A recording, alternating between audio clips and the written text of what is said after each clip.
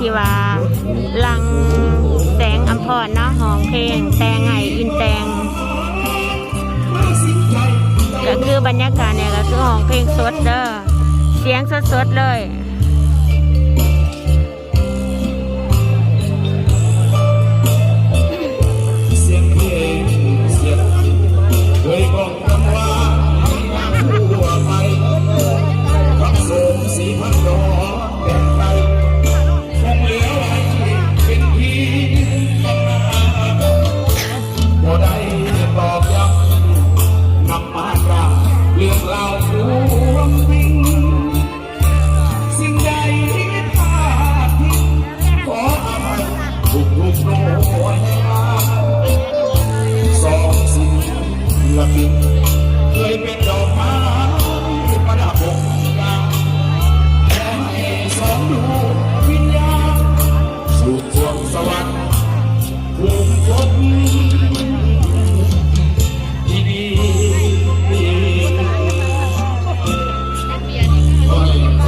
บรรยากาศเนาะ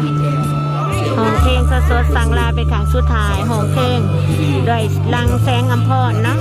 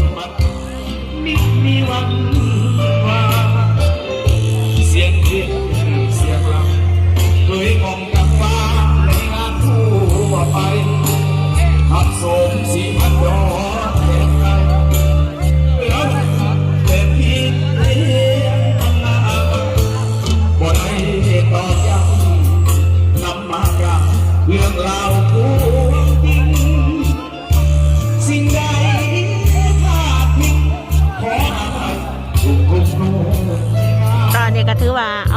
าฟืนเนาะเอาคอนตอนนี้กำลังเอาคอนนะเอาคอนเพื่อเผาหนองอินแดงนะถือว่าช่วยกันคนใหม่ดัมเมอร์ที่การของเราเนี่ยพี่น้องขอประสบความสำเร็จเกี่ยวกับทางสุดท้ายความดีเพื่อที่ทุกสิ่งสู่ผลที่ดีเราขอขอบใจก็ที่เราขอบใจทางกลุ่มศิลปินจากทางแวงสมรเขตวันละต่อไปสีมอไทยเป็นเสียงลำลองจากมอเขตจากมอล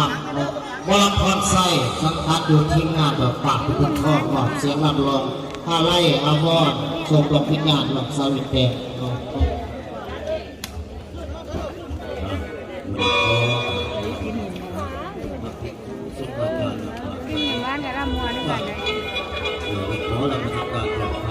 ก็ถือว่า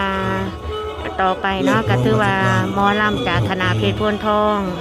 เพิ่นจะหมอนเสียงเพลงสั่งลาเป็นครั้งสุดท้ายอีกเนาะวันนี้หมอลำคนใช้แล้วก็ประกอบเสียงเป็นหมอลำเป็นหมอแคนวันนี้เป็นหมอลำตอนนี้กำลังเอาพวงมาล่าอีกอย่างต่างๆเนาะขึ้นเป็นหมอลำเลยใส่ลูกเนาะแต่เพื่อจะส่งไปพร้อมๆกันเนาะคนเฮามีภพและมีจากมีเกิดและมีตายเพราะฉะนั้นทุกคนเนาะสังขารคนบ่ว่าแต่สิน้อยบ่ว่าแต่สิใหญ่บ่ว่าแต่สิเฒ่าบ่ว่าแต่สิแก่ทุกคนสามารถอยู่ในอันเดียวกันเบิดเด้อก็คือถึงแม้ว่าจะตั้งใจหรือบ่ตั้งใจกะเป่าไม้เนาะก็คือนอนอยู่แบบคือท่านผู้ชมเห็นนี่แหละเนาะ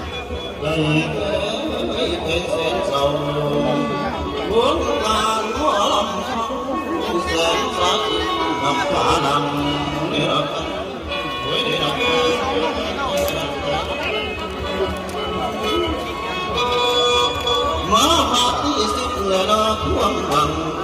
ลงตาหลังทุกเหตุกายน้ำตา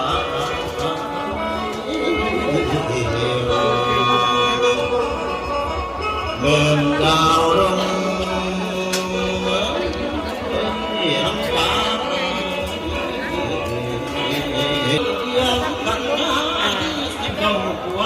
ถือว่า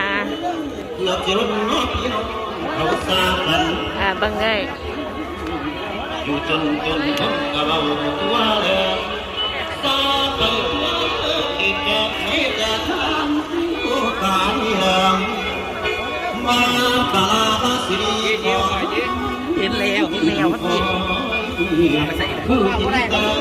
เพลงขังสุดท้ายเด้อเสียตา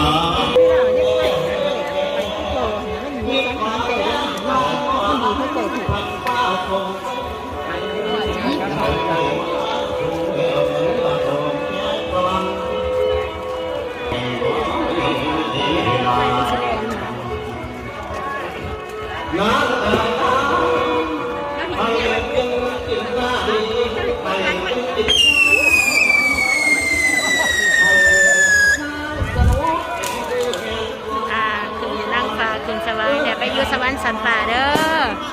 คืนสวรรค์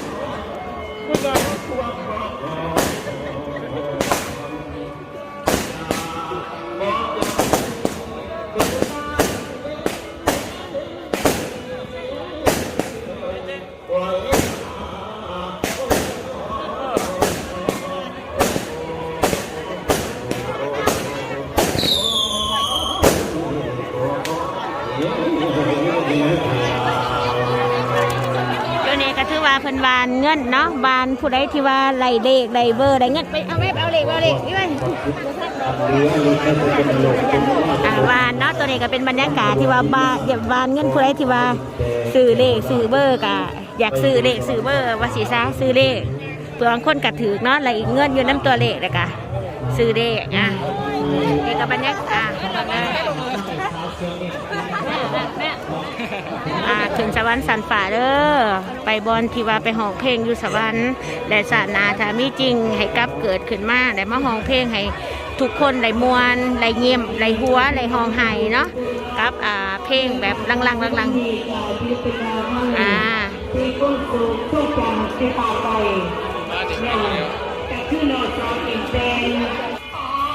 บางคนทยอยกลับไปก่อนเนาะ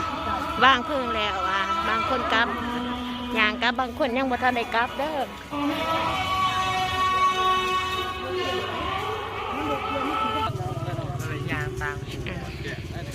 ตอนนี้ก็ถือว่าเดินทางกลับเนาะกลับจากทรงสการ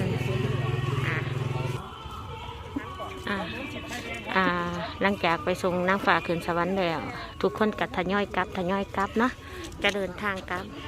โดยความงวมเงาบุตรผู้ทุกคน